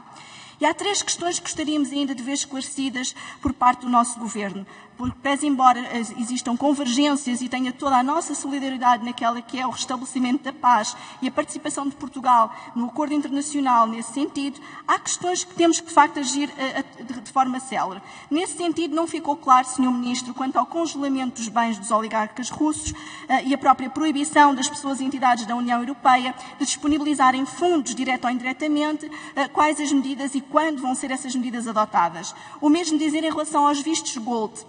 Portugal tem acolhido de braços abertos os rublos dos oligarcas russos que rodeiam Putin, neste caso uma via verde autêntica da nacionalidade da Abramovic, e é importante percebermos se vai ou não rever este modelo e também os vistos que já foram atribuídos. E uma questão que ainda não foi aqui hoje falada e concluía precisamente tratando esta questão, tem a ver com a ratificação do Tratado da Proibição das Armas Nucleares, que neste momento ganha uma importância redobrada. Falamos de um acordo em que os países aderentes aceitam a proibição... Peço para concluir, por favor. Estou mesmo a concluir, Sr. Presidente, em que os países aderentes aceitam a proibição do uso, desenvolvimento, produção, teste, armazenamento e transferência de armas nucleares, e na União Europeia, a Irlanda, a Áustria ou a Malta já aderiram. Portugal não só não aderiu, como é o único país de língua oficial portuguesa que não o fez, e por isso gostaríamos de saber para quando, Sr. Ministro, a adesão a este tratado. E termino reiterando o nosso compromisso para com a paz e a nossa solidariedade com o povo ucraniano. Obrigada.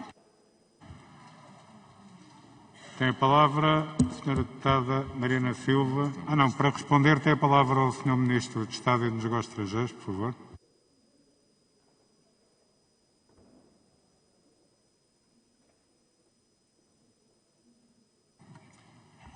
Muito obrigado, Sr. Presidente. Muito obrigado, Sra. Deputada Inês de Sousa Real, pelas suas palavras e pelas suas questões, e vou diretamente às suas questões. Congelamento de oligarcas russos em Portugal. Insisto, aquelas personalidades russas ou luso-russas que façam parte da lista de personalidades sancionadas pela União Europeia, segundo as nossas regras e com os nossos fundamentos jurídicos, que estejam em Portugal, têm os seus ativos financeiros congelados em Portugal e deixam de ter liberdade de movimentos em Portugal ou no espaço europeu.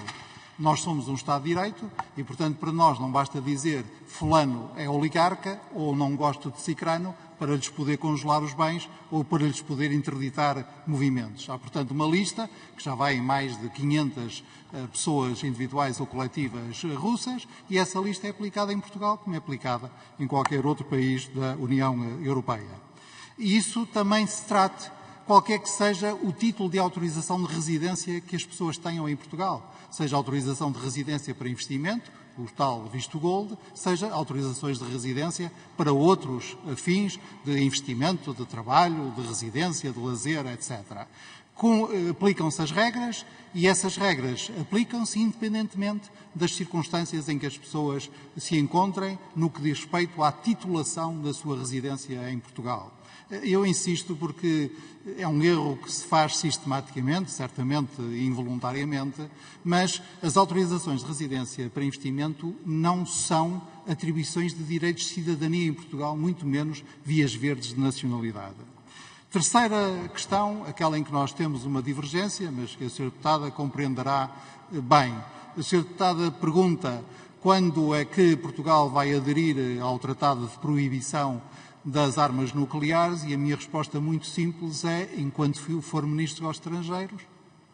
Essa é a resposta. Porquê? Porque nós não podemos ser hipócritas. Portugal faz parte de uma aliança, a NATO, que é uma aliança com capacidade nuclear. E, portanto, não vale a pena fingirmos que não fazemos parte da aliança.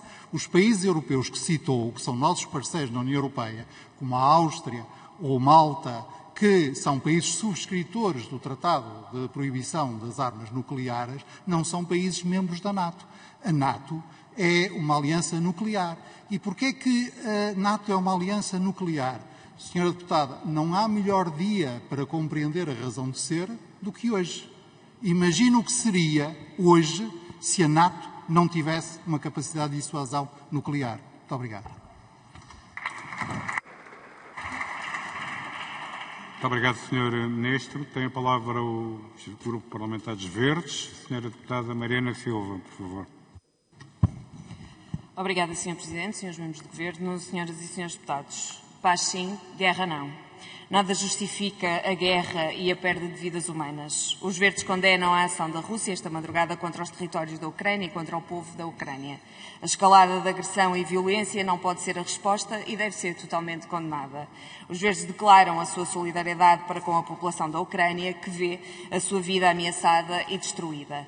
Apelamos à Rússia para travar no imediato os bombardeamentos e a intervenção militar nos territórios da Ucrânia. Consideramos, por outro lado, que a reação de Portugal e da União Europeia não pode ser militar, o que constituiria um risco agravado de uma escalada sem precedentes. Mas não podemos branquear o papel da NATO e a desestabilização da região. A NATO tem demonstrado, desde que foi criada, que ao invés de promover a paz e a democracia, evitar conflitos ou assegurar a sua resolução pacífica, que são o pretexto para a sua criação e manutenção, é promotora da guerra e da indústria militar, servindo os princípios expansionistas e imperialistas dos Estados Unidos da América, promovendo conflitos numa lógica de guerra interminável.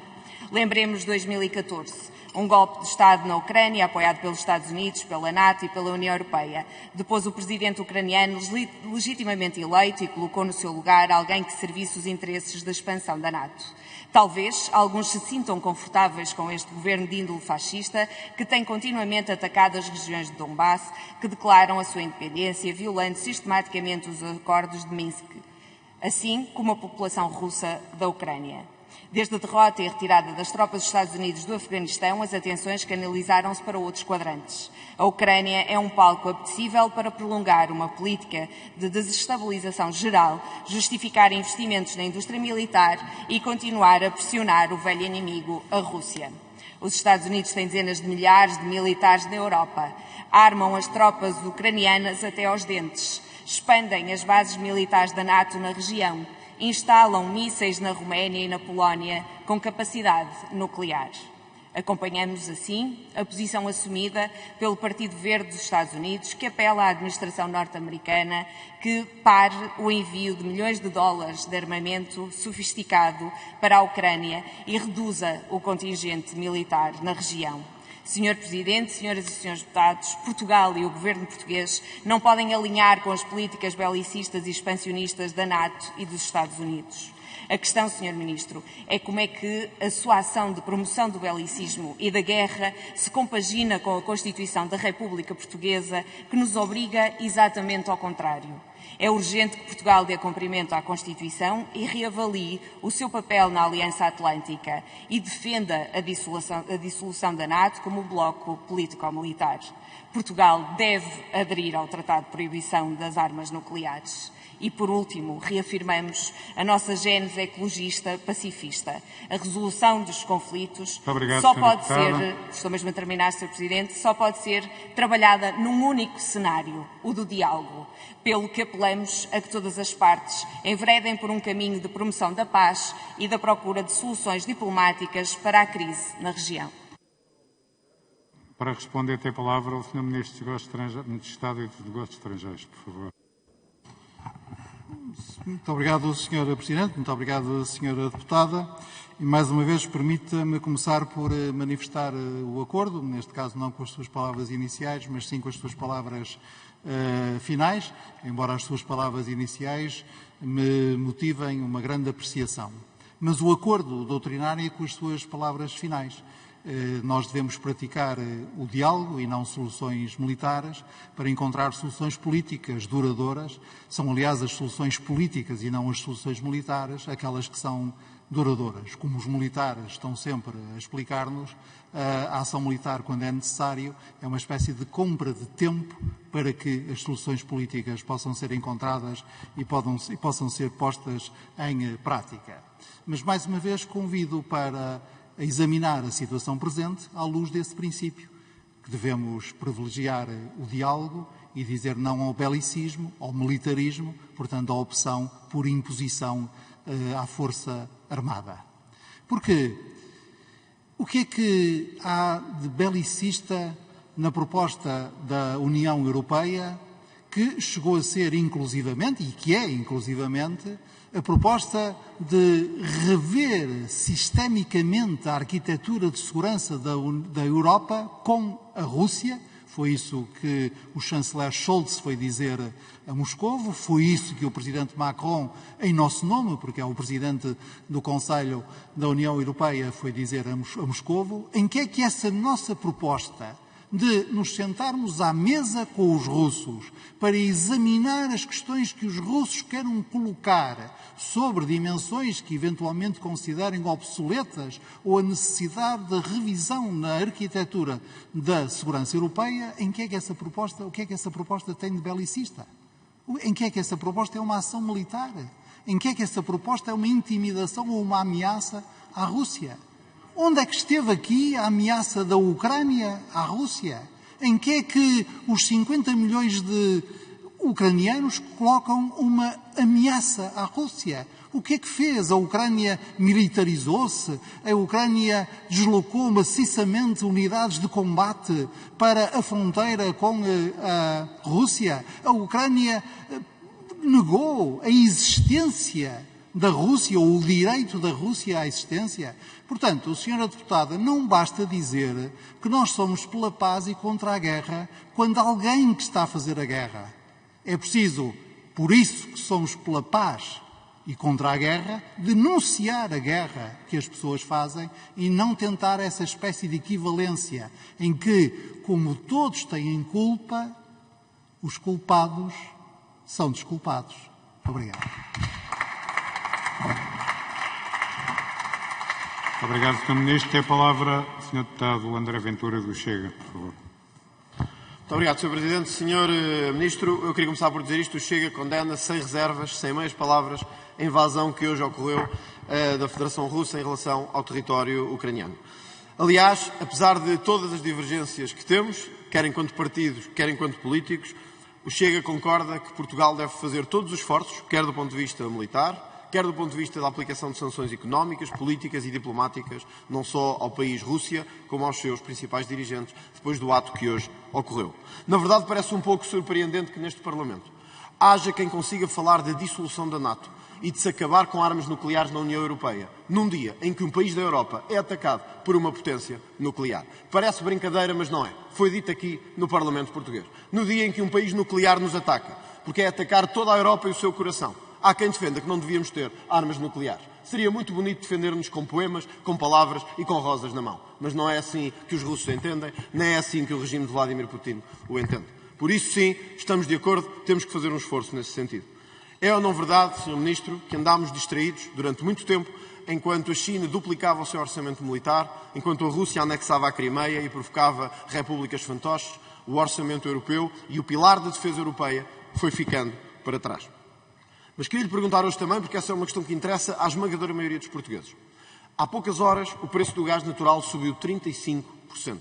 O preço da energia bateu hoje um novo recorde. E muitos dos portugueses que nos estão a ver querem saber se no país onde existem mais taxas sobre a energia e sobre o gás, o Governo vai fazer alguma coisa para que durante os próximos meses os portugueses não tenham que decidir entre estar com aquecimento em casa ou pôr comida na mesa.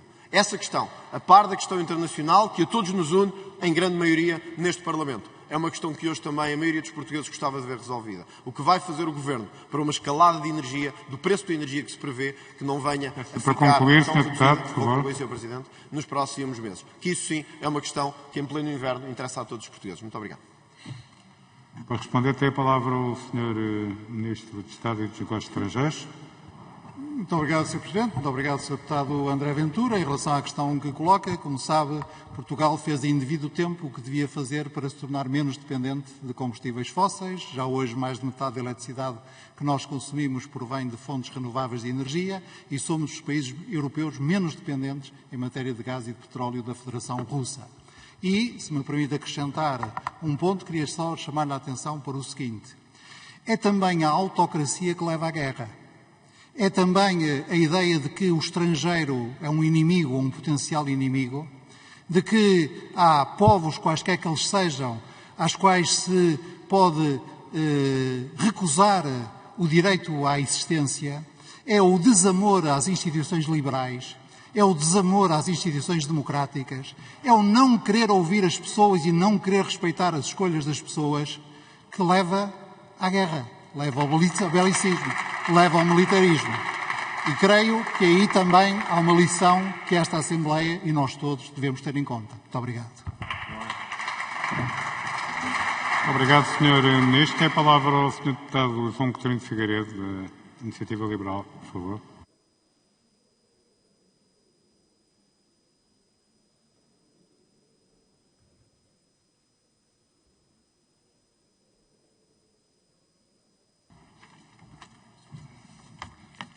Muito obrigado, Sr. Presidente, Sr. Ministro, Sr. Secretário de Estado, Senhoras e Senhores Deputados. Desta vez ouvimos palavras duras de condenação da intolerável invasão da Ucrânia pela Rússia, da parte do Sr. Ministro dos Negócios Estrangeiros, da parte da Comissão Europeia, da parte de outros responsáveis políticos. Mas são apenas palavras e a defesa da liberdade e dos direitos humanos não pode ser só retórica, porque as palavras não impediram que Putin tenha feito gato-sapato dos apelos à diplomacia e à paz. As palavras não refriaram as ambições imperialistas, nem impediram a Rússia de continuar a estacionar tropas na fronteira ucraniana, numa clara manobra de intimidação, de ter preparado exercícios militares massivos na fronteira com a Ucrânia e com a Bielorrússia, desse ditador fantoche Lukashenko. Não impediram a Rússia de ter reconhecido a independência das províncias de Lugansk e Donetsk em clara violação do direito internacional e da soberania ucraniana. E, finalmente, nesta madrugada, não impediram a Rússia de invadir a Ucrânia e de atacar vários pontos do território ucraniano, incluindo a própria capital Kiev, bombardeando o subúrbio de Brovary e o aeroporto de Gostomel, provocando já dezenas de mortos. Putin não vai ficar por aqui e é evidente para todos que não serão as palavras que o pararão. É tempo, aliás, é mais do que tempo de passar das palavras à ação. Primeiro, na parte humanitária. Todo o apoio aos portugueses na Ucrânia e todo o apoio aos ucranianos residentes em Portugal, aos seus familiares na Ucrânia e a todos que necessitam de ajuda ou refúgio. Saudamos a posição do governo português hoje aqui assumida, que só peca por não ter sido tomada há mais de uma semana, quando a Iniciativa Liberal a isso exortou publicamente. Segundo, apoiar as decisões das sanções drásticas que o Conselho Europeu e o próprio G7 irão tomar hoje, mesmo que tal tenha custos económicos para Portugal. A defesa da liberdade e dos direitos humanos, já disse, não pode ser só retórica. E, finalmente, responder à letra à ameaça inaceitável de Putin de retaliar, e cito, de forma nunca vista, a qualquer interferência nas suas intenções imperialistas.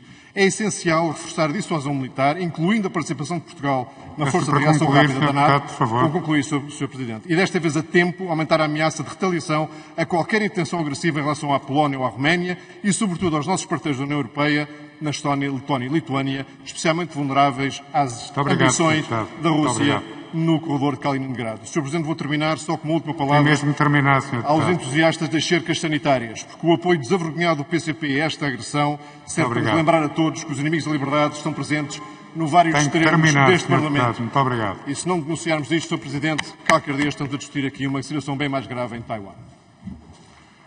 Para responder, tem a palavra o Sr. Ministro de Estado e dos Negócios Estrangeiros. Faz favor. Muito obrigado, Sr. Presidente. Obrigado, Sr. Deputado Coutinho de Figueiredo. E eu também estou de acordo com Vossa Excelência.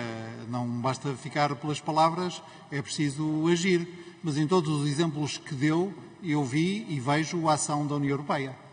Nós agimos quando da anexação da Crimeia, fizemos, aliás, sanções, essas também bastante poderosas, incluindo sobre as nossas próprias economias. Agimos quando foi da guerra híbrida no Donbass, estamos a agir agora, como tínhamos agido antes, quando foi da invasão da Geórgia e assim sucessivamente. A questão talvez esteja na forma da ação. Pareceu-me ver no Sr. Deputado a tese de que nós deveríamos seguir o processo de dente por dente. Se Putin escala militarmente, nós devemos escalar também militarmente. A dissuasão não é bem isso. A dissuasão é nós termos e mostrarmos as nossas próprias capacidades de defesa, mas manter-nos no registro de defesa que é nosso. Nós não somos agressivos, nós não somos ofensivos, nós não privilegiamos a via militar sobre a via política e também, na nossa reação, seguimos estes princípios. Julgo que esses princípios são os mais adequados. Muito obrigado. Obrigado, Sr. Ministro. E para culminar o debate, temos o Grupo Parlamentar do PS, com duas intervenções. Primeiro, o Sr. Deputado Capola Santos tem a palavra. Sr. Presidente, Sr. Ministro de Estado e dos Negócios Estrangeiros, Sr. Secretário de Estado, Senhoras e Senhores Deputados. Este debate que está prestes a terminar sobre uma crise que representa a maior ameaça à paz mundial a que assistimos desde o pós-guerra, como hoje já aqui foi dito, confirmou que existe um amplo consenso na sociedade portuguesa e nas suas instituições políticas relativamente à condenação sem qualquer contemplação das autoridades russas pela sua exclusiva responsabilidade no presente conflito. Não há nenhum argumento histórico, recente ou remoto, que possa justificar o uso da força para alterar fronteiras internacionalmente reconhecidas e pôr em causa a integridade territorial e a soberania de um país independente. Está em risco o direito internacional, a segurança europeia e a própria paz mundial, porque os esforços diplomáticos, a todos os níveis, por mais quixotescos que possam parecer neste momento, têm de ser prosseguidos, sem desfalecimento, por forma a reduzir a tensão e a minimizar, tanto quanto possível, consequências económicas e sociais de dimensão imprevisível. Gostaria, por isso, de aplaudir a forma como as instituições europeias, e em particular a formação do Conselho, de que o Sr. Ministro faz parte, da forma como têm vindo a reagir à situação criada pela Rússia, com firmeza, mas com prudência e o gradualismo que as circunstâncias exigem. A unidade dos 27, até agora demonstrada, e é sempre tão difícil de alcançar, mesmo em matérias relevantes, e a boa articulação da União Europeia com os nossos aliados extracomunitários, para além de confirmar a gravidade da situação, é um sinal de responsabilidade e de afirmação do projeto europeu que nos dá confiança para o futuro. No preciso momento em que começamos a vislumbrar a vitória sobre a maior pandemia do último século, em que a generalidade dos indicadores económicos nos dão sinais positivos de recuperação e em que todos os esforços à escala global deveriam estar concentrados no maior desafio que se coloca à humanidade, as alterações climáticas, o que a Europa e o mundo menos necessitam é da abertura de um confronto de grandes proporções que só pode provocar retrocesso civilizacional e um inútil e incomensurável sofrimento humano. Tinha, até há poucas horas, várias questões concretas para lhe colocar sobre os vários cenários que se poderiam colocar para tentar encontrar uma solução para o problema ucraniano. Contudo, os últimos acontecimentos revelam que estamos perante um perigoso afloramento de um desígnio mais vasto da liderança russa, que põe em causa a nossa arquitetura de segurança e a própria União Europeia, e que me levam a apenas reiterar o apoio do Grupo Parlamentar do Partido Socialista ao povo ucraniano e o apoio à ação do Governo, designadamente na Frente Europeia, incentivando a que prossiga com a postura construtiva, prudente e responsável que constitui a marca de Portugal no Conselho da União Europeia e nas instâncias internacionais em que participa. Muito obrigado. Obrigado, Sr. Deputado. Para responder, tem a palavra o Sr. Ministro de Estado dos Negócios Estrangeiros, por favor. Muito obrigado, Sr. Presidente. Muito obrigado, Sr. Deputado. De facto, há uma característica absolutamente essencial no comportamento europeu até agora, que é a unidade. A unidade, em primeiro lugar, entre os 27 e a rapidez da resposta conjunta dos 27 e também a convergência com os nossos aliados mais próximos, desde logo os Estados Unidos, o Reino Unido e o Canadá. Essa unidade faz a nossa força, porque um dos objetivos, e não foram objetivos inconfessados, objetivos confessados explicitamente do Presidente Putin, tinha sido a desunião da Europa, a divisão da Europa. E por isso é que tem sido tão importante este trabalho de concertação feito aos diferentes níveis, desde o nível dos chefes de Estado e de Governo ao nível dos representantes permanentes nas instituições europeias. Porque isso dá uma força e dá uma eficácia à ação europeia que essa ação não teria se a unidade não existisse ou pudesse ser posta em dúvida. E depois a prudência. Nós estamos a falar de circunstâncias que são muito perigosas, nas quais qualquer erro de cálculo pode produzir efeitos indesejáveis absolutamente devastadores. E, portanto, por muito que por vezes nos custe, é preciso preservar a cabeça fria, é preciso preservar a racionalidade, é preciso ser cauteloso e ser prudente. E desse ponto de vista, permita-me, Sr. Deputado, que aproveite esta ocasião para salientar e saudar a contenção impressionante de que a Ucrânia tem dado provas. O sangue frio, a capacidade de resistência, a capacidade de agir racionalmente e a contenção que as autoridades ucranianas têm mostrado até agora são uma das razões que explica que merecem tanto o nosso apoio, a nossa solidariedade e a nossa presença próxima. Muito obrigado. Muito obrigado, Sr. Ministro. Tem a palavra, ainda no tempo do Grupo Parlamentar do PS, a Sra. Deputada Ana Catarina Mendes, por favor. Muito obrigada, Sr. Presidente. Sr. Presidente, senhoras e senhores deputados, ontem, na Conferência de Líderes, quando marcámos este debate, não queríamos acreditar que hoje tivéssemos acordado numa Europa diferente e atrevo mesmo a dizer, num mundo diferente. E por isso a primeira palavra deste grupo parlamentar, Sr. Ministro, senhoras e senhores deputados, é de condenação, sem nenhuma tibieza, mas de forte condenação àquilo que aconteceu esta madrugada. Uma invasão militar, uma agressão militar da Rússia à Ucrânia que nós não queríamos imaginar que fosse possível depois de meses e meses a tentar a via diplomática. E por isso esta madrugada ficará para a história como um dia negro, uma página negra, e onde eu quero aqui associar as palavras do Grupo Parlamentar do Partido Socialista aos milhões de ucranianos.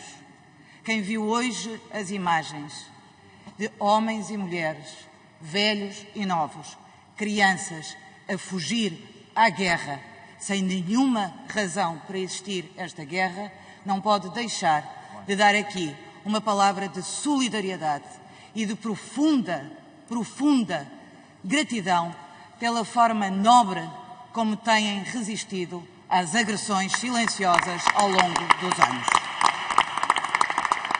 Acordámos, senhoras e senhores deputados, com a guerra de volta ao teatro europeu, numa ação militar, como aqui já se disse ao longo da tarde, gravíssima, ilegal, sem precedentes na Europa desde a Segunda Guerra Mundial.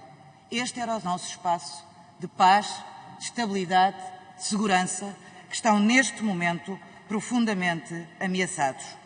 Este ato de agressão militar contra um país soberano é de tal gravidade que viola as mais elementares regras do direito internacional e da Carta das Nações Unidas. Mas é também um evidente ataque aos direitos humanos, à liberdade do povo ucraniano, o atentado aos princípios da ordem e da paz mundial, é mesmo um ataque à democracia e a todos os democratas. Este ato de agressão militar, planeado e deliberado, bem como o reconhecimento da chamada independência das regiões separatistas, são claras violações da integridade territorial e da soberania da Ucrânia, a quem manifestamos mais uma vez a nossa solidariedade. Sr. Ministro disse há pouco, e nós estamos de acordo, hoje somos todos ucranianos, porque hoje estamos todos a defender a liberdade e a democracia. Hoje sabemos que o alvo de Putin vai muito mais além das fronteiras ucranianas, que o alvo é também, como já há tantos anos, a paz, a estabilidade e a segurança na Europa. É a democracia e a liberdade que Putin não vê como aliados, mas como ameaças ao seu poder autocrático e ao seu sonho do regresso ao Império Russo ou Soviético. Como democratas, mais uma vez, digamos todos que é intolerável o que aconteceu esta noite e o que está a acontecer. E como defensores do direito internacional, temos mesmo que dizer, sim, há culpados, sim, há um rosto deste culpado e esse culpado chama-se Vladimir Putin. Perante estes acontecimentos trágicos que, repito, resultam das manobras políticas internas de consolidação de poder, de uma visão ultrapassada de áreas estratégicas de influência, não podem ter lugar num mundo que se quer aberto, de diálogo e de cooperação. E não podemos perder de vista aqueles que são os principais afetados com este ato de agressão. Juntamos, por isso, a voz do Grupo Parlamentar à voz do Governo e à voz de todos quantos estão a pedir não só uma condenação desta agressão, mas que exigimos a retirada urgente das tropas russas da Ucrânia. Juntamos a nossa voz a todos os que esperam ainda que seja possível uma solução diplomática de dissuasão do caminho que a Rússia de Putin teima em escolher.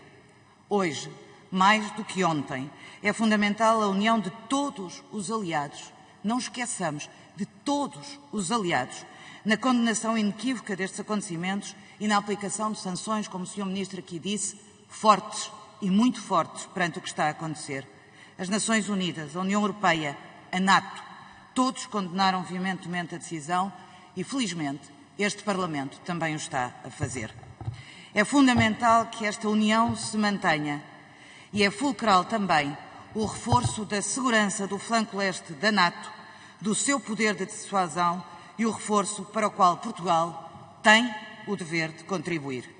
É nesta união, nesta resposta coordenada, que tem que prevalecer a bem dos ucranianos, a bem da democracia, a bem dos princípios da ordem internacional. Sr. Presidente, senhoras e senhores deputados, Sr. Ministro, não lhe coloco nenhuma questão. Quero saudar o Governo português por, mais uma vez, continuarmos a ser um país humanista, um país que recebe, um país que integra e que receberá aqui todos quantos fogem desta guerra e deste ato bárbaro. E quero saudar decisão do governo português de pedir às nossas embaixadas que passem os vistos sem reservas àqueles que procuram a paz, a liberdade e a democracia. Muito obrigada. Obrigado, Sra. Deputada. Para responder, tem a palavra o Sr. Ministro de Estado e de Negócios Estrangeiros, por favor.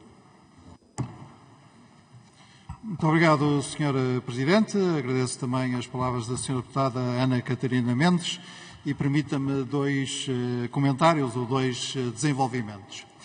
O primeiro é para ser totalmente claro sobre o que é condenável e inaceitável aqui. A Rússia tem todo o direito de exprimir a sua divergência sobre a existência da Aliança Atlântica, tem todo o direito de exprimir a sua divergência sobre a composição da Aliança Atlântica e tem todo o direito de exprimir a sua divergência sobre as missões e os objetivos da Aliança Atlântica. A Rússia tem todo o direito de fazer uma leitura das suas condições de segurança, de acordo com as quais essas condições de segurança têm uma forte dimensão territorial e geográfica. Nós entendemos que é uma leitura obsoleta, mas reconhecemos à Rússia o direito de ter essa leitura. Mas a Rússia tem todo o direito de pôr em cima da mesa, nas relações internacionais, seja bilaterais, seja multilaterais, o que entende dever serem os seus interesses nacionais, os seus interesses estratégicos, as suas preocupações de segurança, e a Rússia tem todo o direito de salientar nos documentos estruturantes da arquitetura de segurança da União Europeia mais este princípio do que aquele, mais esta frase do que aquele outra.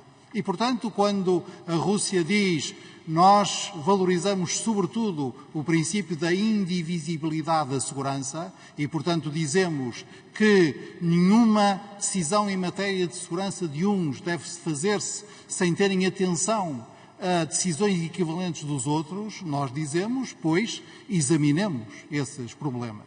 Todos esses problemas podem ser examinados. Nós temos diferenças de inserção geopolítica, diferenças de interesses, diferenças de história, diferenças de concepções e de visões do mundo. Não é aí que está o problema. O problema está é que, pelo menos a partir de 1945, com a fundação das Nações Unidas, a Carta das Nações Unidas, a Declaração Universal dos Direitos Humanos, tudo documentos subscritos pela Rússia, que nós passamos a considerar o mundo das relações internacionais não o mundo do combate permanente dos fortes contra os fortes e da opressão permanente dos fracos pelos fortes, mas um mundo organizado em regras sobre as quais nós estamos de acordo e na base das quais dirimimos pacificamente, politicamente, diplomaticamente os diferendos que tenhamos. Ora, esse mundo de regras é incompatível com atos de ameaça, com atos de intimidação. Muito menos é compatível com atos de agressão. Com querer resolver as questões negando ao interlocutor o direito à existência.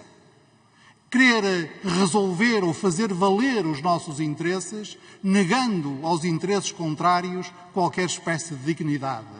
E, muito menos, querer resolver os nossos problemas à lei da bala. E é a lei da bala que está hoje a imperar por responsabilidade da Rússia, que está há várias horas a agredir e a invadir militarmente a Ucrânia. Já era grave o facto de a Rússia ter rasgado os acordos de Minsk que ela própria subscreveu e pôr em causa a soberania da Ucrânia e a integridade territorial da Ucrânia, inventando primeiro aquelas repúblicas fantoches e fingindo agora que estava a reconhecer juridicamente a sua independência. Já isso era grave e já isso mereceu resposta pronta e firme da nossa parte.